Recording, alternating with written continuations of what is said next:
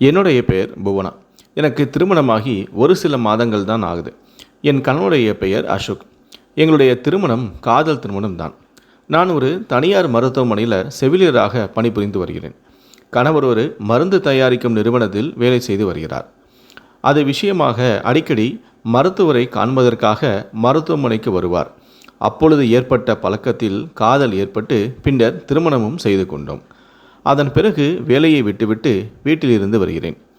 நாங்கள் காதல் திருமணம் செய்து கொண்டதால் எங்கள் வீட்டிலிருந்து ஜாதி அந்தஸ்து என்று மிக கடுமையான எதிர்ப்பும் வந்தது.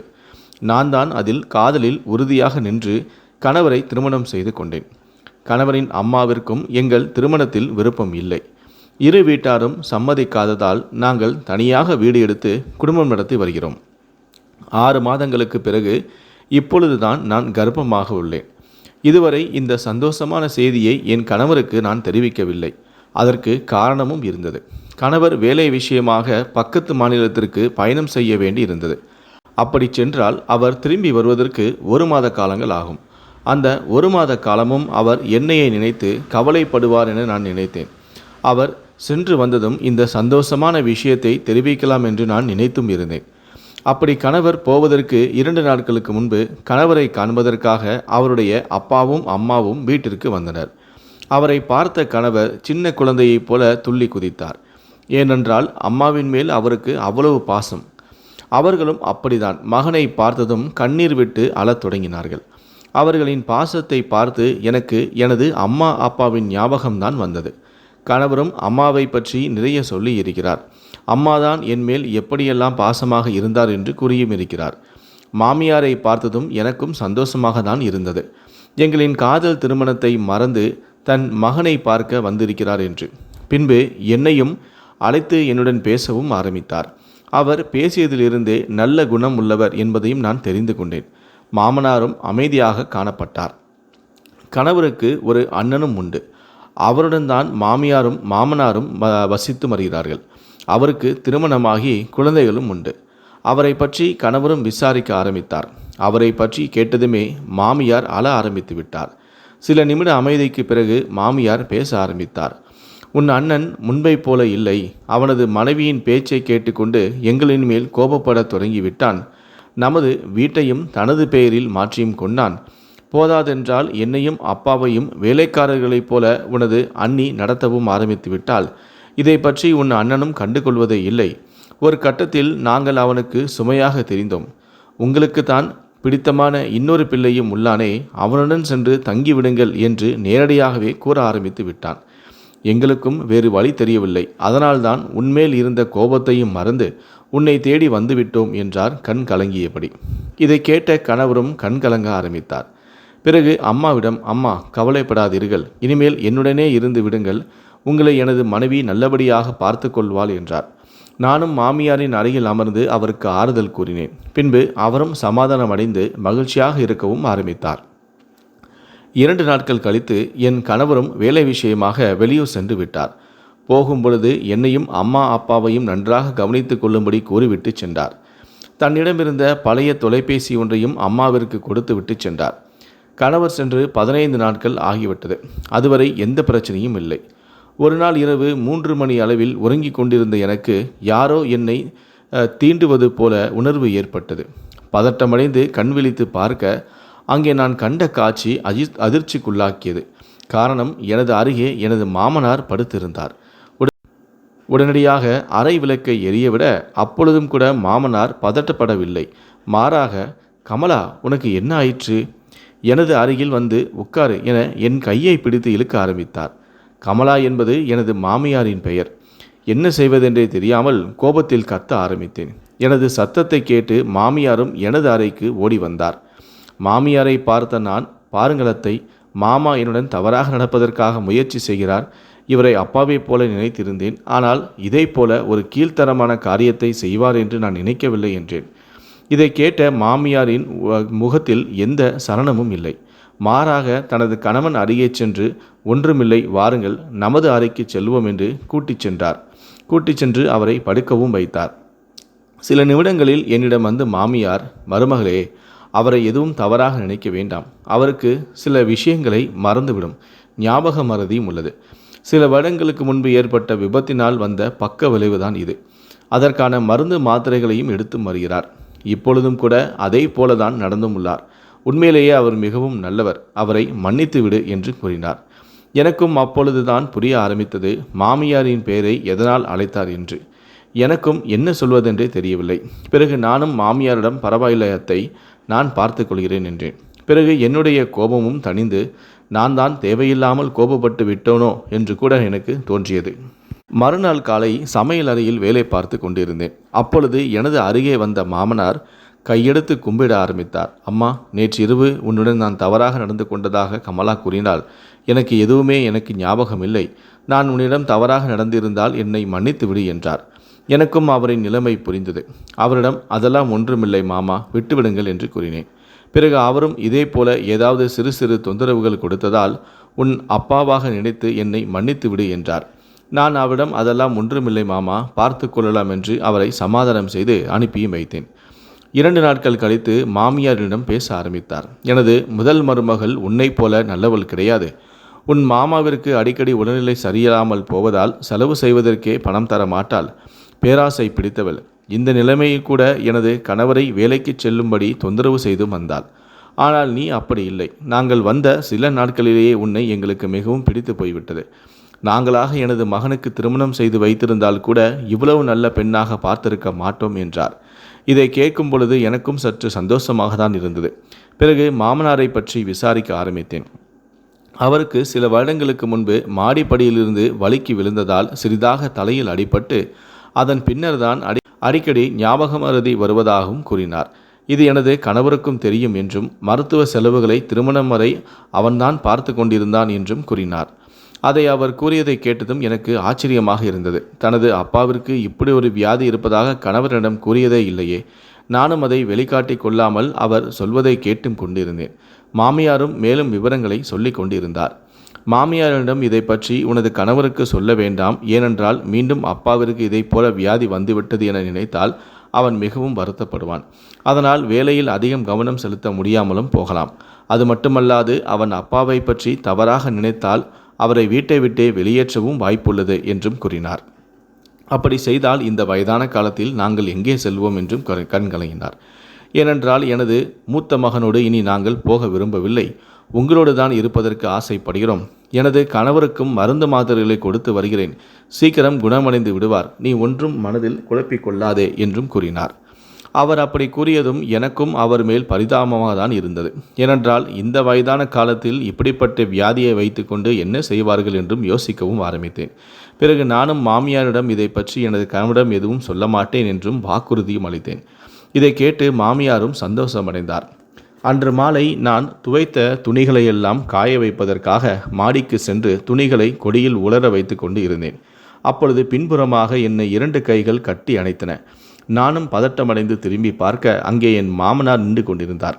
நானும் கோபத்தில் அவரின் கைகளை தட்டிவிட்டு ஒதுங்கி நின்று கொண்டேன். பிறகு அவரிடம் மாமா என்ன செய்து கொண்டிருக்கிறேன் என கோபமாக கத்தவும் ஆரம்பித்தேன். மாமனாரோ எந்த பதட்டமும் இல்லாமல், கமலா, ஏன் கோபப்படுகிறாய்? எதற்காக ஒதுங்கிச் செல்கிறாய்?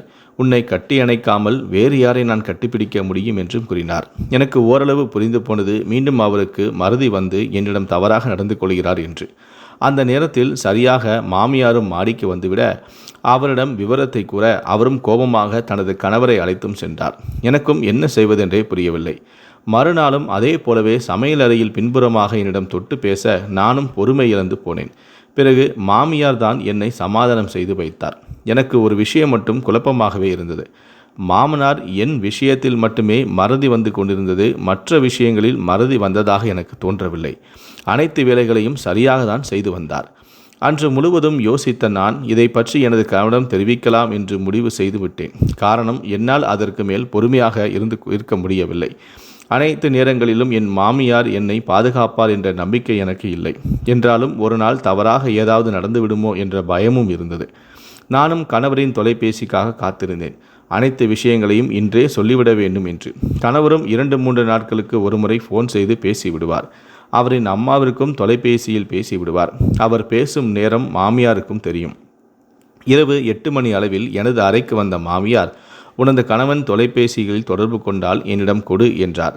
நானும் குழப்பமாக அவரை பார்க்க, ஒன்றுமில்லை, கிராமத்தை பற்றி சற்று பேச வேண்டும் என்றார். நானும் சரி என்று கூற, சரியாக அந்த நேரத்தில் கணவரும் தொடர்பு கொண்டார். நானும் முதலில் மாமியார் பேசிவிட்டு தொலைபேசியை தரட்டும், பின்பு இதை பற்றி கூறலாம் என்று முடிவு எடுத்து அவரிடம் கொடுத்தேன். அவரும் தொலைபேசியை வாங்கி கொண்டு தனது அறைக்கு சென்று விட்டார். அங்கே மாமனாரும் மாமியாரும் கணவரிடம் வெகு நேரமாக பேசி கொண்டிருந்தனர். எனக்கு எதுவுமே கேட்கவில்லை. பிறகு மாமியார் என்னிடம் வந்து தொலைபேசியை கொடுத்தார். ஆனால் அது அணைக்கப்பட்டிருந்தது. மாமியாரும் என்னிடம், உன் கணவருக்கு முக்கியமான வேலை இருப்பதால் நாளை பேசுவதாக சொல்லிவிட்டான் என்றார். நானும் அமைதியாகிவிட்டேன். நாளை தொடர்பு கொண்டால் எப்படியும் அனைத்து விஷயங்களையும் கூறிவிட வேண்டும் என்று முடிவெடுத்தும் இருந்தேன்.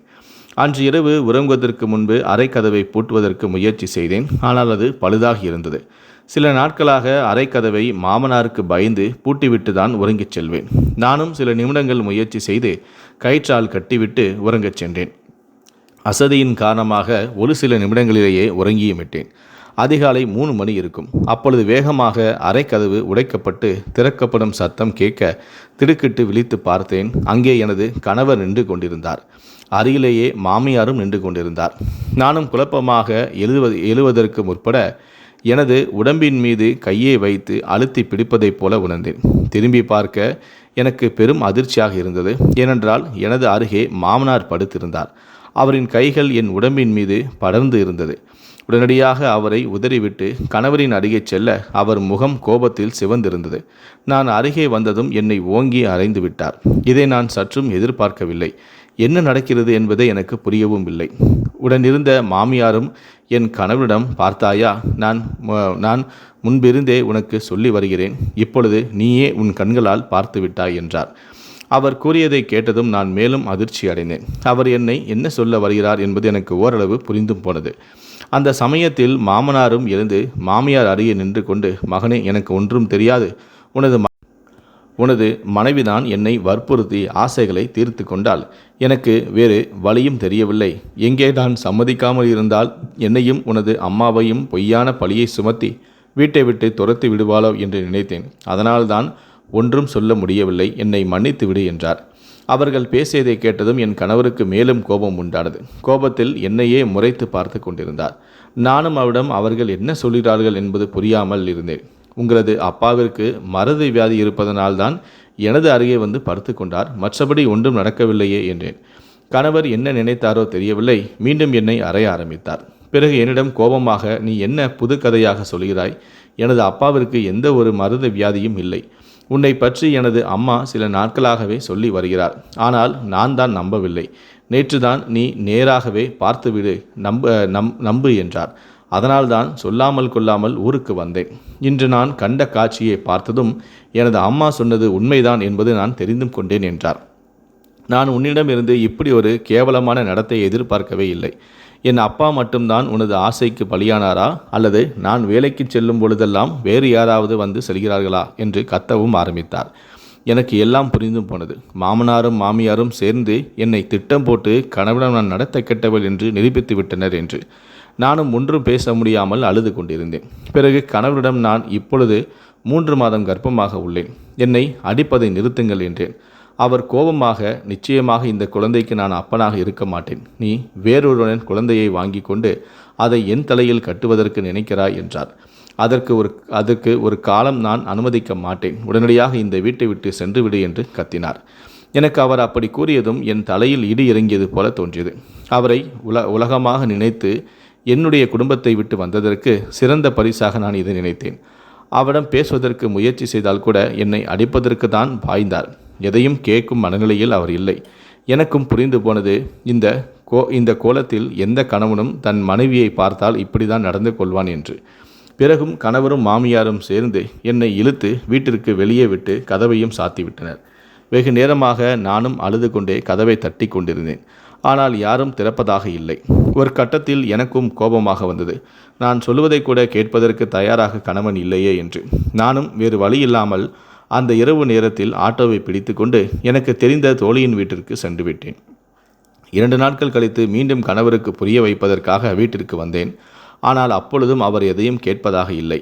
நானும் ஒரு கட்டத்தில் அவராக புரிந்து கொள்வார் என்று நினைத்து தோழியின் வீட்டிற்கு வந்துவிட்டேன். தோழியின் கணவர் வெளிநாட்டில் வேலை செய்வதால் தோழி மட்டுமே வீட்டில் இருந்தாள். அவளும் எனது நிலையை புரிந்து கொண்டு எனக்கு ஆதரவாக இருந்தாள். நானும் சில நாட்கள் கழித்து கோபம் தணிந்து என்னை காண கணவர் வருவார் என்று காத்திருந்தேன். ஆனால் வந்ததோ விவாகரத்து நோட்டீஸ் தான். அதன் பின்னரும் கூட அவரிடம் பேசுவதற்கு முயற்சி செய்தேன். ஆனால் விவாகரத்து ஒன்றுதான் வழி என்று திட்டவட்டமாக கூறிவிட்டார். எனக்கும் கோபமாக வந்தது. என்னை பற்றி இவர் இவ்வளவுதான் புரிந்து கொண்டாரா என்று. நானும் கோபமாக வேறு வழி இல்லாமல் விவாகரத்துக்கு சம்மதித்தேன். 2-3 மாதங்களிலேயே விவாகரத்தும் கிடைத்துவிட்டது. இப்பொழுது எனது வாழ்க்கை தான் கேள்விக்குறியானது. காதலித்து திருமணம் செய்ததால் எனது குடும்பத்திலும் என்னை ஏற்றுக்கொள்ள தயாராக இல்லை. தோழியின் வீட்டிலேயே சில மாதங்களும் இருந்தேன். அப்பொழுதும் எனக்கு ஆறுதலாக இருந்த ஒரே விஷயம் நான் படித்த படிப்புதான். பிறகு நானும் எனக்கு தெரிந்த செவிலியர் வேலையை தேட ஆரம்பித்தேன். நினைத்தது போலவே பெரிய மருத்துவமனையிலும் வேலையும் கிடைத்தது. சில மாதங்கள் கழித்து எனக்கு அழகான ஆண் குழந்தையும் பிறந்தது. எனக்காக இல்லாவிட்டாலும் குழந்தைக்காக வாழ்க்கையை நான் ஆரம்பித்தேன். அடுத்த சில மாதங்களிலேயே வேறு ஒரு பெரிய நகரத்திற்கு குடிபெயர்ந்தேன். நல்ல சம்பளம் என்பதால் எனக்கும் எனது குழந்தைக்கும் எந்த பணப்பிரச்சனையும் வரவில்லை. என் முன்னாள் கணவர் வேறொரு திருமணம் செய்து கொண்டதாகவும் கேள்விப்பட்டேன். என் மாமனாரும் கணவரும் செய்த துரோகத்தால் நானும் அடுத்த திருமணத்தை பற்றி யோசிக்கவில்லை. ஆண்கள் என்றாலே இப்போதெல்லாம் வெறுப்புதான் வர ஆரம்பித்தது. ஆனாலும் எனக்கு ஒன்று மட்டும் புரியவில்லை, எதற்காக மாமனாரும் மாமியாரும் சேர்ந்து இப்படி நடந்து கொண்டார்கள் என்று. சில மாதங்கள் வரை அதையே நான் யோசித்து கொண்டும் இருந்தேன். ஒரு கட்டத்தில் அவர்களை பற்றியும் எனது கடந்த காலத்தை பற்றியும் நினைப்பதை விட்டுவிட்டேன். எனது குறிக்கோள் எல்லாமே எனது மகனை என் கணவனைப் போல அல்லாமல் நல்ல ஒரு மனிதனாக வளர்க்க வேண்டும் என்பதை. பல வருடங்கள் கடந்து விட்டது. எனது பையனும் இப்பொழுது 10வது படித்து வருகிறான். என் கணவனைப் போல கேட்பார் பேச்சை கேட்பவனாக அல்லாமல் எதையும் சுயமாக சிந்திக்கும் பழக்கத்தை என் பையனிற்கு சொல்லிக் கொடுத்தேன். நான் வேலை செய்யும் மருத்துவமனையிலிருந்து ஆதரவற்ற முதியோர் இல்லங்களுக்கு சென்று இலவசமாக வருடத்திற்கு ஒரு முறை மருத்துவ சிகிச்சை அளித்து வருவார்கள். அப்படி ஒரு முதியோர் இல்லத்திற்கு செல்ல அங்கு நான் கண்ட காட்சி என்னை அதிர்ச்சிக்குள்ளாக்கியது. காரணம் எனது மாமியார் எலும்பும் தோலுமாக ஒரு பெட்டில் படுத்திருந்தார். எனக்கு அவர் மேல் கடந்த காலத்தை பற்றி நினைக்கும் பொழுது கோபமாக வந்தாலும் அப்பொழுது அவரை பார்க்கும் பொழுது பரிதாபமாகவே தோன்றியது. நானும் அவரின் அருகே சென்று பேச ஆரம்பித்தேன். முதலில் என்னை அவருக்கு தெரியவில்லை. பின்பு அவராகவே கூர்ந்து கவனித்து என்ன நினைத்தாரோ தெரியவில்லை, கதறி அழ ஆரம்பித்தார். எனக்கும் பாவமாகி போனது. பின்பு அவருக்கு தேவையான சிகிச்சைகளை அளித்துவிட்டு நானும் புறப்பட தயாராக இருந்தேன். பின்பு அவர் என்னை அழைத்து அவர் அருகே அமர வைத்தார். பிறகு என் கைகளை பிடித்து என்னை மன்னித்து விடு என்றும் கண்ணீர் மல்க கூறினார். நானும் அவரை மன்னிக்க மனமில்லாமல் வேறு எங்கோ பார்த்து கொண்டிருந்தேன். பிறகு அவராகவே பேச ஆரம்பித்தார். நானும் என் கணவரும் உன்னிடம் நடந்து கொண்டது மிகப்பெரிய தவறுதான். எனக்கு சிறு வயதிலிருந்தே எனது அண்ணன் பெண்ணை தான் இரண்டாவது பையனுக்கு திருமணம் செய்து வைக்க வேண்டும் என்ற ஆசை இருந்தது. இதை அவனிடமும் பலமுறை நான் சொல்லி இருக்கிறேன். ஆரம்பத்தில் அவனும் சரி என்றுதான் சம்மதித்திருந்தான். ஆனால் உன்னை பார்த்த பிறகு காதல் வயப்பட்டு உன்னை திருமணம் செய்து கொண்டான். அது மட்டுமல்ல, எங்களுடன் பேசுவதையும் நிறுத்திவிட்டான். உண்மையிலேயே எனது அண்ணன் பெண்ணை திருமணம் செய்து வைத்து அவளோடு சென்று சந்தோஷமாக வாழலாம் என்றுதான் நானும் கணவரும் நினைத்திருந்தோம். ஏனென்றால் முதல் மருமகள் அந்த அளவிற்கு எங்களை கொடுமை செய்து வந்தாள். திடீரென எதுவும் நடக்காமல் போகவே எங்களுக்கு பெருத்த ஏமாற்றமாக அமைந்தது. இதற்கெல்லாம் காரணம் நீதான் என்று முடிவு செய்தோம். என் மகனை என்னிடமிருந்து பிடித்த உன்னை நிம்மதியாக வாழவிடக்கூடாது என்று முடிவு செய்தோம். அதன்படிதான் உங்கள் வீட்டிற்கும் வந்தோம். அப்பொழுதும் கூட நீயும் எனது மகனும் ஒற்றுமையாக இருப்பதை பார்த்து எனக்கு பொறாமைதான் வந்தது. மகனிடம் உன்னை பற்றி எது சொன்னாலும் நம்ப மாட்டேன் என்றும் புரிந்தது. அதனால்தான் வேறு வழி இல்லாமல் என் கணவனுடனே தொடர்பு படுத்தி உன்னை பிரிக்க நினைத்தேன். என் கணவருக்கும் அதில் விருப்பம் இல்லை. நான் தான் கட்டாயப்படுத்தி அனைத்தையுமே செய்ய வைத்தேன். ஒரு கட்டத்தில் நாங்கள் நினைத்தது போலவே உன்னையும் பிரித்து விட்டோம். அதன் பிறகு நான் ஆசைப்பட்டது போலவே அண்ணன் மகளை எனது பையனுக்கு திருமணம் செய்து வைத்தேன். சில மாதங்கள் வரை நன்றாக தான் சென்றது. போக போக அவளின் சுயரூபமும் வெளியே வர ஆரம்பித்தது. என்னை அதிகமாக வேலை வாங்குவது, என் கணவரை கேவலமாக பேசுவதையும் வாடிக்கையாக வைத்து கொண்டாள். என் மகனிடம் சொன்னால் கூட அவன் பெரிதாக எதையுமே எடுத்துக்கொள்வது இல்லை. என் கணவரும் யோசித்து கடைசி காலத்தில் பெரும் வியாதியால் அவதைப்பட்டார். மருத்துவ செலவுக்கு கூட பணம் கிடைக்கவில்லை. அவரும் இறக்கும் பொழுது உனக்கு செய்த துரோகத்திற்கான தண்டனை தான் இது என்று கூறிவிட்டு தான் இறந்தார். ஒரு கட்டத்தில் நானும் அவர்களுக்கு சுமையாகிவிட்டேன். எனது மகன்தான் சில வருடங்களுக்கு முன்பு நான் யாருமில்லாத அனாதை என்று இங்கே சேர்த்து விட்டு சென்றான். நாங்கள் என்ன நினைத்து இது உனக்கு துரோகம் செய்து உன்னை வீட்டை விட்டு வெளியே அனுப்பினோமோ அது எதுவுமே நடக்கவில்லை. உன்னோடு இருந்திருந்தால் கூட கடைசி காலம் சந்தோஷமாக சென்றிருக்கும். உனக்கு செய்த பெரும் துரோகம்தான் எங்களை இப்படி ஆக்கிவிட்டது. எனக்கு இங்கு கஷ்டப்படுவது பெரிதாக தோன்றவில்லை. ஏனென்றால் உனக்கு செய்த பாவத்திற்கு தண்டனையாக தான் இதை நான் நினைக்கிறேன். எங்கே கடைசி வரை உன்னை காணாமல் சென்று விடுவோமோ என்று பயமும் இருந்தது. ஆனால் கடவுளின் புண்ணியத்தால் இன்று நான் உன்னை பார்த்து விட்டேன். என்னை தயவு செய்து மன்னித்து விடு. உன்னிடம் மன்னிப்பு கேட்க தகுதியற்றவள் தான் நான். இருந்தாலும் கடவுளுக்காக என்னை மன்னித்து விடு என்றும் கூறினார். எனக்கு அப்பொழுது ஒன்றும் சொல்ல முடியவில்லை. அவரிடம் ஒன்றும் கூறாமல் அவரின் கைகளை உதறிவிட்டு வீட்டிற்கு வந்துவிட்டேன். 2 நாட்கள் வரை அதை பற்றி ஏன் சிந்தித்து கொண்டே இருந்தேன் தெரியவில்லை. ஒரு கட்டத்திற்கு மேல் என்னால் அவரை மன்னிக்காமல் இருக்கவும் முடியவில்லை. எவ்வளவு கொடுமைகள் செய்திருந்தாலும் மனதார மன்னிப்பு கேட்கும் பொழுது மன்னிப்பது தான் மனித குணம் என்பதும் தெரிந்தது. 3 நாட்கள் கழித்து நானும் அவர் இருந்த அனாதை ஆசிரமத்திற்கு சென்றேன். அங்கு அவரை பற்றி விசாரிக்க அவர் 2 நாட்களுக்கு முன்பே இறந்து விட்டார் என்றும் அனாதை என்பதால் நாங்களே அடக்கம் செய்து விட்டோம் என்றும் சோகமான செய்தியை தெரிவித்தனர். அவர்கள் கூறியதை கேட்டதும் எனக்கும் அழுகை வந்துவிட்டது. நானும் அவர் புதைக்கப்பட்ட இடத்தில் அமைதியாக சில நிமிடங்கள் நின்றுவிட்டு அவரை மன்னிப்பதாக கூறிவிட்டு தான் வந்தேன்.